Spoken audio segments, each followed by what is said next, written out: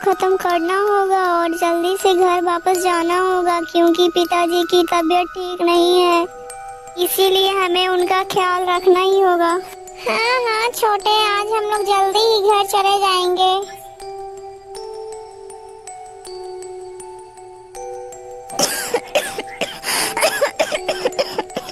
अरे बेटा, मुझे लगता है कि अब मैं कुछ ही दिनों का मेहमान हूँ। अरे सुनो बेटा, मेरे इस चारपाई के नीचे 2 सोने के घड़े रखे हुए हैं, वो भी जमीन में गड़े हुए हैं। तुम चारों मेरे जाने के बाद उसे निकाल लेना बेटा। ये बात बोलते बोलते ही सुखी राम की मृत्यु हो जाती है। फिर चारों लड़के अपने पिता का अंतिम संस्कार कर देते हैं। अरे चलो भैया, अब हम सब उन दोनों सोने के घड़े को खोद कर निकाल लेते हैं और आपस में बांट लेंगे।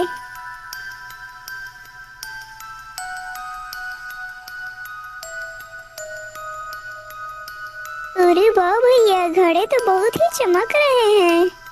लेकिन बड़े भैया, घड़े तो 2 हैं और हम लोग तो 4 हैं। इस घड़े को बांटेंगे कैसे आपस में? अरे सुनो मेरे प्यारे भाइयों, हम लोग ऐसा करते हैं कि शहर चलते हैं और वहाँ चलकर कुछ काम करते हैं और उस काम से जो भी पैसा इकट्ठा होंगे उसी से 2 घड़े और खरीद लेंगे। फिर हम लोग चारों भाई आपस में एक घड़े बांट लेंगे। हाँ हाँ भैया, आप बिल्कुल सही कह रहे हो। हम चारों कहीं शहर चलते हैं। अरे कितना सुंदर वृक्ष है, पूरा तना एकदम सिल्वर का है और पूरे टहनी गोल्ड के हैं और इसमें पत्ते के स्थान पर मोती लटक रहे हैं। इतना सुंदर वृक्ष है, मैंने आज तक इससे ज्यादा सुंदर वृक्ष कहीं नहीं देखा है। राजा इस वृक्ष को अपने सपने में देख रहा होता है। अरे महाराज उठिए, सुबह हो गई है और आप अभी तक सो रहे हैं। उठिए महाराज। महाराज, रोज सभा में आपकी सब लोग प्रतीक्षा कर रहे हैं। पता नहीं आज महाराज को रोज सभा में आने में इतना देर क्यों लग रहा है। अरे ये लो, महाराज आ गए, महाराज आ गए। क्या बात है महाराज, आप आज इतना चिंतित क्यों लग रहे हैं? आज आप बहुत ही परेशान दिखाई दे रहे हैं महाराज, क्या बात है? मुझे बताइए महाराज, क्या बात है? क्या बताऊं मंत्री जी, आज मैंने अपने सपने में बहुत ही अजीब चीज देख लिया है। मैंने अपने सपने में एक बहुत ही सुंदर वृक्ष देखा है जिसकी तना चांदी की है और पूरी टहनी सोने की है और उसमें जितने भी पत्ते हैं उसमें मोती लटक रहे हैं। परंतु महाराज, ऐसे कैसे हो सकता है? पूरी टहनी है चांदी की और पूरे तने हैं सोने के और पूरे पत्तियां हैं मोती के। महाराज, ये संभव कैसे हो सकता है? परंतु मंत्री जी, अगर ऐसा नहीं हो सकता है तो मेरे सपने में ऐसा सपना कैसे आ सकता है? मेरा देखा हुआ सपना असत्य नहीं हो सकता। वो वृक्ष कहीं न कहीं जरूर ही है, तभी मुझे वो वृक्ष सपने में दिखाई दिया। मंत्री जी, आप पूरे राज्य में घोषणा फैला दो कि अगर जो भी मुझे ये वृक्ष दिखाएगा मैं उसे आधा राज्य दे दूंगा और अपनी बेटी का विवाह भी उसी के साथ कर दूंगा। और मंत्री राजा की बात मानते हुए पूरे राज्य में ये घोषणा फैला देता है।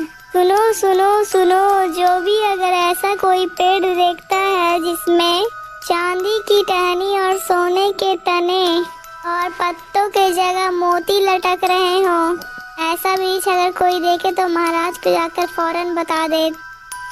और वो चारों भाई गांव से शहर आ रहे होते हैं। सुनो सुनो सुनो, जो भी अगर ऐसा कोई पेड़ देखता है जिसमें चांदी की टहनी और सोने के तने और पत्तों के जगह मोती लटक रहे हो, ऐसा वृक्ष अगर कोई देखे तो महाराज को जाकर फौरन बता दे और राजा उसे अपना राज भी सौंप देगा और वो अपनी बेटी का विवाह भी उससे करवा देगा। अरे भैया, ये राजा किस वृक्ष के बारे में बात कर रहा है? क्या कहीं ऐसा वृक्ष हो सकता है? हाँ छोटे, क्यों नहीं हो सकता? इस संसार में कुछ भी असंभव नहीं है। तो क्या भैया, आपका मतलब यही है कि ये वृक्ष जरूर है?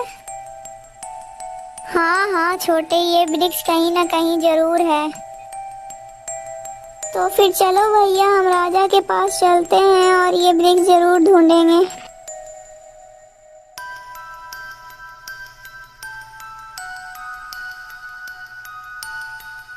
अच्छा, तो तुम मुझे ये वृक्ष दिखा सकते हो? हाँ महाराज, हम चारों ये वृक्ष आपको जरूर दिखा सकते हैं। तो ठीक है, तुम चारों जल्दी से जाओ और मुझे वो वृक्ष दिखाओ, मुझसे और प्रतीक्षा नहीं हो रही है। अरे बड़े भैया, हम चारों ने तो वृक्ष दिखाने की जिम्मेदारी ले ली, लेकिन हम चारों ये वृक्ष लाएंगे कहाँ से? अरे गणपत, तुम चिंता मत करो, अगर ईश्वर ने हमें यहाँ तक पहुँचाया ही है तो वृक्ष भी जरूर मिलवा देंगे। तुम सिर्फ इधर उधर ध्यान रखो और वृक्ष को देखो। उन चारों को सुबह से चलते चलते शाम हो जाती है तो वे चारों एक पेड़ के बीच में जाकर बैठ जाते हैं।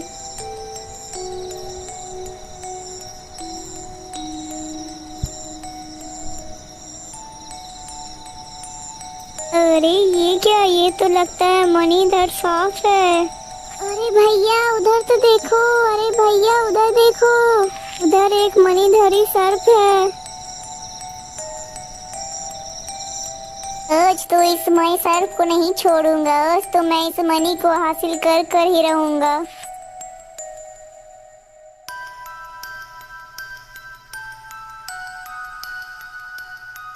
अरे भैया, ये सपेरा तो इस मासूम सर्प को मार डालेगा, चलो हम इसकी मदद करते हैं। अरे छोड़ दो इसे, नहीं तो तुम्हारा सर धड़ से अलग कर देंगे। नहीं नहीं भैया, मुझे कुछ मत करो, मैं इस सर्प को छोड़ देता हूँ। फिर सपेरा उस सर्प को छोड़ देता है और वो वहां से भाग जाता है। तभी वो सर्प एक इंसानी रूप धारण कर लेता है।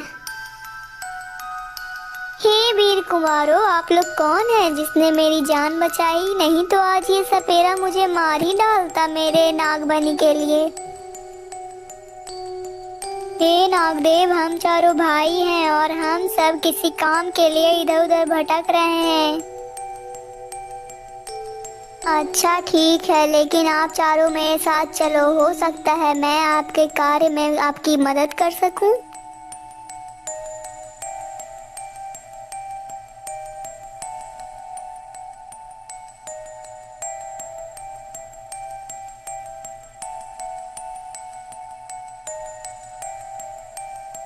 हे वीर कुमारों, आप लोग बहुत बहादुर हैं, इसीलिए मैं अपनी तीनों पुत्रियों का विवाह आप सभी के साथ करना चाहता हूँ। हे नागदेव, हमें आपका प्रस्ताव स्वीकार है, लेकिन हम लोग अभी शादी नहीं कर सकते हैं। लेकिन तुम लोग विवाह क्यों नहीं कर सकते हो, इसका क्या कारण है?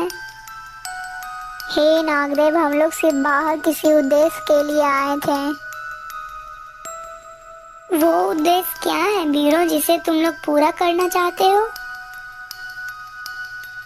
फिर उन चारों में से सबसे बड़ा भाई जो होता है वो अपनी सारी कहानी उस नाग देवता को बताता है। तब उसकी सारी बातें सुनकर नाग देवता कहता है,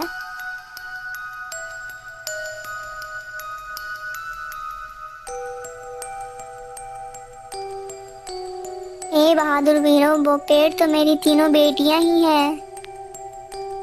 वो कैसे नागदेव, मैं कुछ समझा नहीं, आप मुझे समझाइए। हे वीर पूतो, अगर तुम मेरी बड़ी पुत्री के ऊपर ये जल डालोगे तो वो पेड़ की टहनी बन जाएंगी, और जब तुम मेरी मंझली पुत्री के ऊपर ये जल डालोगे तो वो पेड़ की डालियां बन जाएगी, और जब तुम मेरी छोटी बेटी पर ये जल डालोगे तो वो पेड़ की मोतियां बन जाएंगी। हे नागदेव, ये चमत्कार मैं अपनी आंखों से देखना चाहता हूँ। तो ठीक है वीर कुमारों, ये देखिए।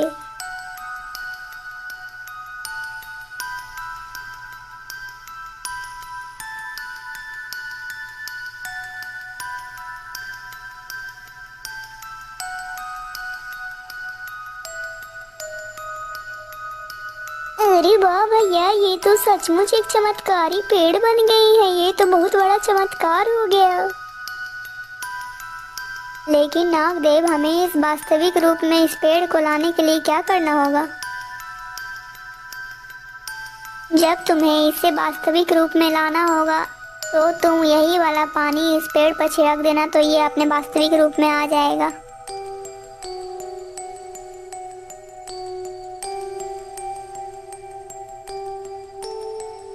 फिर उन चारों भाइयों में से तीनों बड़े भाई ने उन नाग देवता की बेटियों से विवाह कर लिया।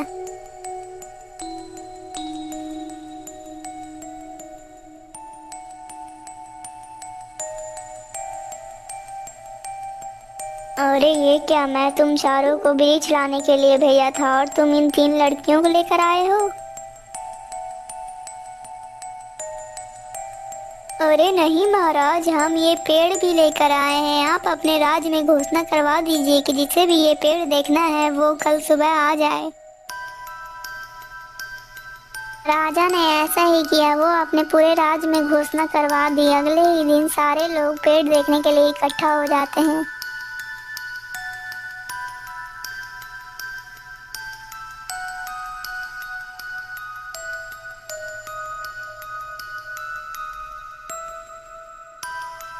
अरे बाप रे बाप, ये तो सचमुच एक सोने का पेड़ तैयार हो गया है। मुझे तो अपनी आंखों पर विश्वास ही नहीं हो रहा है। यह तो किसी चमत्कार से कम नहीं है।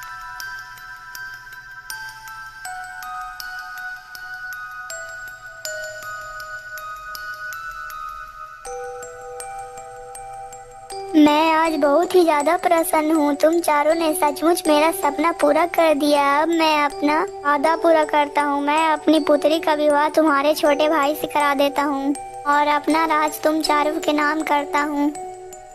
दोस्तों, अगर आपको ये वीडियो अच्छी लगी तो प्लीज वीडियो को लाइक करके चैनल को सब्सक्राइब कर दीजिएगा।